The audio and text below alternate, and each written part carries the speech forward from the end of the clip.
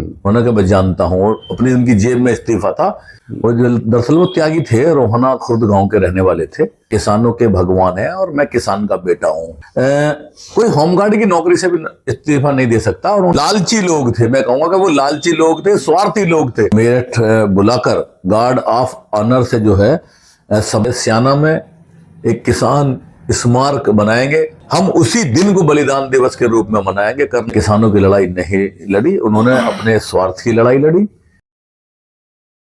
आज सबसे बड़ी बात तो यह है कि आज कल मकर संक्रांति थी और आज मकर संक्रांति की छुट्टी है। आज भी त्योहार है, कल एकादशी की वजह से होने से पूरा जो है त्योहार नहीं बन पाया। आज 2 दिनों में त्योहार हो रहा है। तो सबसे बड़ी बात तो ये थी कि अपने बुजुर्गों के दर्शन करने के लिए मैं चला आया। और उसी में ये मेरी एक मन में बात बहुत दिनों से चल रही थी कि हमारे समाज के कर्नल राम महेश भारद्वाज जी, जिनका बलिदान पूरा देश क्या पूरी दुनिया जानती है। अच्छा, कर्नल राम महेश भारद्वाज जी त्यागी समाज से? जी हाँ, कर्नल जो है राम महेश भारद्वाज, वो अपना गोत्र लिखते थे। वो दरअसल वो त्यागी थे, रोहना खुर्द गांव के रहने वाले थे और भारतीय सेना में वे कमांडिंग ऑफिसर थे मेरठ के। उसी दौरान उन्होंने किसानों के मसीहा चौधरी महेंद्र सिंह टिकैत जी को मेरठ बुलाकर गार्ड ऑफ ऑनर से जो है सम्मानित किया था, जिसकी पूरी एकदम चर्चा पूरे देश में बहुत विकट तरीके से फैल गई थी। सेना के अधिकारी रहते हुए उन्होंने? जी, वे कमांडिंग ऑफिसर थे मेरठ के, कर्नल थे। और उन्होंने तोप से सलामी कराकर पूरी कमांड की सेना को सुसज्जित करके एकदम, और उससे चौधरी साहब के लिए मतलब गार्ड ऑफ ऑनर देकर सम्मान उन्हें दिया पूरे। जबकि गार्ड ऑफ ऑनर बहुत बड़ा एक सम्मान है, मैं कहता हूँ मुख्यमंत्री के लिए भी शायद नहीं दिया जाता। और इसकी चर्चा पूरे देश में फैल गई थी और इसमें तलब किए गए थे कर्नल साहब। वो जबकि जानते थे कि इसका अंजाम क्या होगा, ऐसा नहीं था कि वो जानते नहीं थे, जानते थे कि अंजाम क्या होगा, लेकिन वो अंजाम से वाकिफ थे। और उन्हें बुलाया गया, उनसे कहा गया कि आपने एक साधारण आदमी को कैसे गार्ड ऑफ ऑनर दे दिया। तो उन्होंने कहा कि टिकैत साहब जो है किसानों के भगवान है और मैं किसान का बेटा हूं। हम उनकी इज्जत ईश्वर के बराबर करते हैं और इसलिए मैंने उन्हें गार्ड ऑफ ऑनर दिया। तो उन्होंने पूछा इसका मतलब जानते हो? उन्होंने कहा मैं जानता हूं। और अपनी उनकी जेब में इस्तीफा था और निकाल के बेंच को इस्तीफा थमा दिया।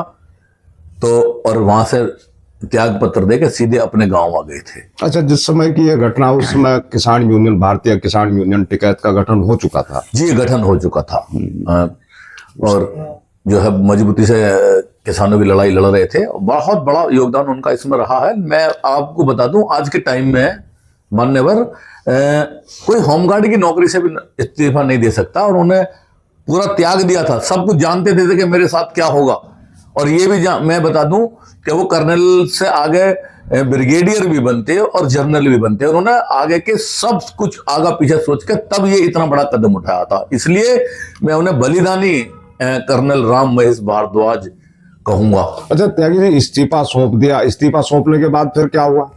इस्तीफा सौंपने के बाद फिर वो चौधरी महेंद्र सिंह टिकैत की जो किसान यूनियन थी उसमें भर्ती हुए। और वो स्टेज से कहते थे कि मैंने बहुत दिन भारतीय सेना की नौकरी की है, मैं किसान सेना में जो है किसान की सेना में रह के किसानों की सेवा करूंगा।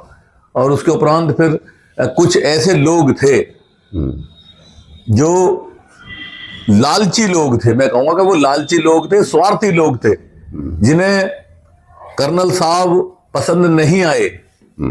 उन्हें उस संगठन से भी बाहर निकालने का काम किया। उनके नाम आपने देखा होगा, मैंने सार्वजनिक किए थे जो है एसएसपी कार्यालय पर।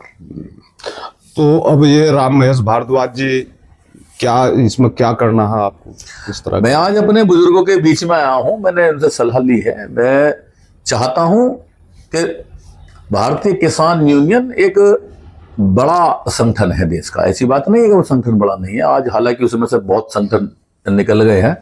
चौधरी महेंद्र सिंह टिकैत ने सन 2011 में अंतिम सांस ली थी। उसके बाद इसमें सैकड़ों संगठन इसमें से निकले हैं। जो किसानों की रखवाली का जुम्मा जिनके पास था, किसानों की लड़ाई लड़ने का बागडोर जिनके हाथ में टिकैत साहब सौंप के गए, उन्होंने किसानों की लड़ाई नहीं लड़ी, उन्होंने अपने स्वार्थ की लड़ाई लड़ी। और उसी कारण रहा कि बाबा टिकैत के सामने कोई संगठन अलग नहीं हुआ और उनके बाद इसमें अलग संगठन बनने की एक बाढ़ सी आ गई है। तो उन लोगों की वजह से ही कर्नल साहब को भी छोड़ना पड़ा था और आज उन्हीं लोगों की वजह से इसमें नए संगठन निरे बन गए हैं। तो आज मैं अपने बुजुर्गों के बीच में आया हूं, अपनी इस पावन धरती पर जहां कर्नल साहब ने जन्म लिया। तो मैं यही इन लोगों से सलाह करना चाहता हूं कि जिस संगठन में हमारा जितना भी योगदान है, हम उस अपने योगदान को तो याद करें।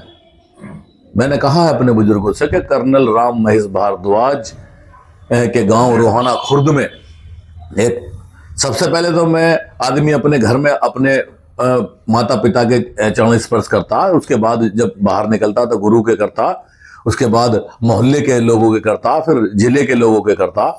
आज सबसे पहले मैं अपने बुजुर्गों में आया हूं, उनके चरण स्पर्श किए हैं और उनसे मैंने सलाह भी की है कि मेरे जो है बड़े भाई है संजीव भारद्वाज जी रोहाना वाले, उनसे भी मेरी चर्चा चल रही है।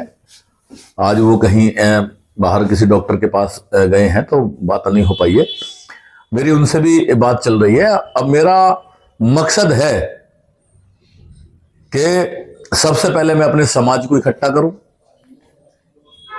और कर्नल साहब का बलिदान अपने समाज के सामने रखूं। उसके पश्चात मेरा ये कहना है कि मैं कर्नल साहब के गांव में प्रोग्राम करके अपने इन सभी सहयोगी भाइयों के साथ जनपद मुजफ्फरनगर के जो मेरी बिरादरी के गांव है सब में जाऊंगा, सबको जो है उनके बलिदान से अवगत कराऊंगा। बहुत लोग ऐसे हैं जो जानते भी हैं और बहुत लोग जो नए हमारे बच्चे हैं वो शायद नहीं भी जानते होंगे, लेकिन ये बलिदान इतना बड़ा ज़्यादातर लोग उसे जानते ही हैं। वहाँ जाएंगे, उसके बाद रोहाना खुर्द में जाकर जहाँ पे जिस पवित्र घर में उन्होंने जन्म लिया वहाँ की मिट्टी हम लोग वहाँ से लेंगे। रोहाना खुर्द के चारों कोनों की मिट्टी हम लोग जो है इकट्ठी करेंगे, एकत्रित करेंगे और उसके बाद हम वहाँ से स्याना में एक किसान स्मारक बनाएंगे जिसमें कर्नल राम महेश भारद्वाज जी की मूर्ति लगेगी और उस मूर्ति पर पूरा इतिहास उनका दर्ज होगा कि उन्होंने क्या बलिदान दिया। वो पूरा बलिदान उस मूर्ति पे जो है कि श्यामपट्ट पे लिखा जाएगा।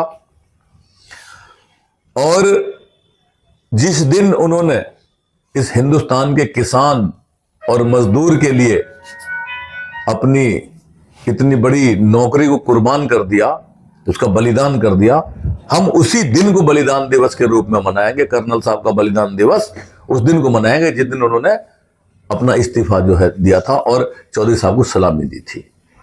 तो उसे बलिदान के रूप में लेकर चलेंगे और उसी भवन में एक बड़े स्तंभ का निर्माण होगा।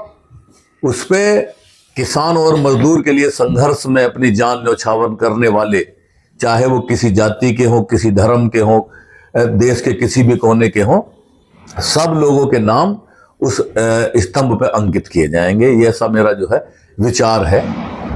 तो ये किसान भवन का निर्माण स्याना में ही करा है? जी, ये स्याना में किया जाएगा, लेकिन मिट्टी जो है रोहाना खुर्द से जाएगी, उनके पवित्र उस स्थान की जहां पर उन्होंने जन्म लिया, उनके उस पवित्र गांव की जिसकी मिट्टी में वो खेल कूद के बड़े हुए।